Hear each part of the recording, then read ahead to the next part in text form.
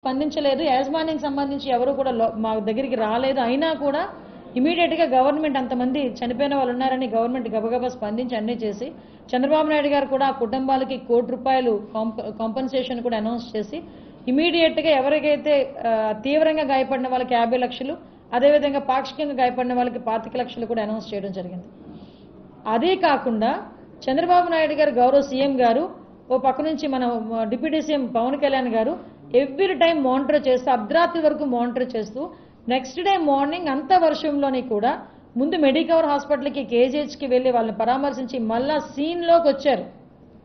ఎక్కడైతే బ్లాస్ట్ జరిగిందో ఆ బ్లాస్ట్ జరిగిన ప్లేస్కి చంద్రబాబు నాయుడు గారు గౌరవ సీఎం గారు వచ్చారు. అక్కడికి వచ్చి మొత్తం అంతా పరిశీలించి అక్కడున్న అఫీషియల్స్ అందరితోనే కూడా రివ్యూ ఏర్పాటు చేసి తర్వాత పబ్లిక్ అడ్రస్ చేసి ప్రెస్కి అడ్రస్ చేసి తర్వాత అక్కడి నుంచి ఆయన బయటికి వెళ్ళేటప్పుడు కూడా ఇమీడియట్ గా కాంపెన్సేషన్స్ అందరికీ అందాలి అని చెప్పి ఆదేశాలు జారీ చేసి పంపించడం జరిగింది.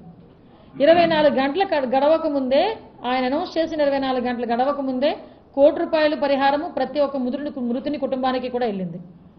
అతను మళ్ళీ అనౌన్స్ చేసి ఆయనకి 24 గంటలు కాకముందే ప్రతి ఒక్కరికి అకౌంట్లలోకి డబ్బులు వెళ్ళినాయి. మేము చెక్కులు తీసుకుని ఇవ్వడం కాదండి.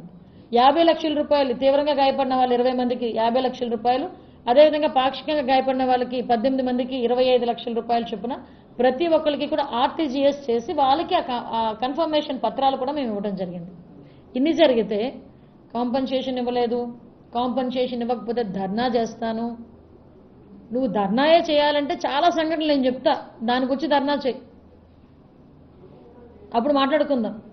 అంతే తప్పించి ఏదో అంటారు కదా అయిపోయిన పెళ్లికి వచ్చి బాజాలు చేస్తుంటాడు. ఇప్పుడు విషయం ఏంటి, అయిపోయింది అక్కడ సిచ్యువేషన్ అంతా. కాంపెన్సేషన్స్ నువ్వు ఏదైతే డిమాండ్ చేసావు కాంపెన్సేషన్స్ అన్నీ వెళ్ళిపోయినాయి. వెళ్ళియో లేదో తెలియకుండా అక్కడికి వచ్చి కూర్చొని మాట్లాడుతున్నావు. మాట్లాడితే ఎల్జీ పాలిమర్స్ గురించి మాట్లాడుతావు.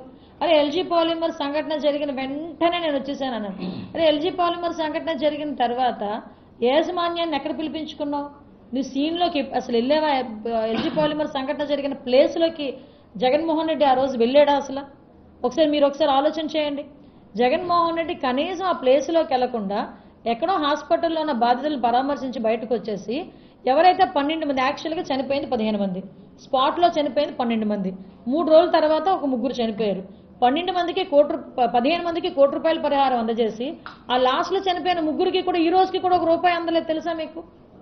ఏదైతే కాంపెన్సేషన్ ₹1 అనౌన్స్ చేశారో చాలా మందికి ఆ మృతులకి కూడా ఈ రోజుకి కూడా కాంపెన్సేషన్ అందలేదు. 5 సంవత్సరాల పైన అయిపోయింది ఈ రోజుకి. మళ్ళా పైగా గాయపడిన వాళ్ళ గురించి, తీవ్రంగా గాయపడిన వాళ్ళ గురించి మాట్లాడతాడు.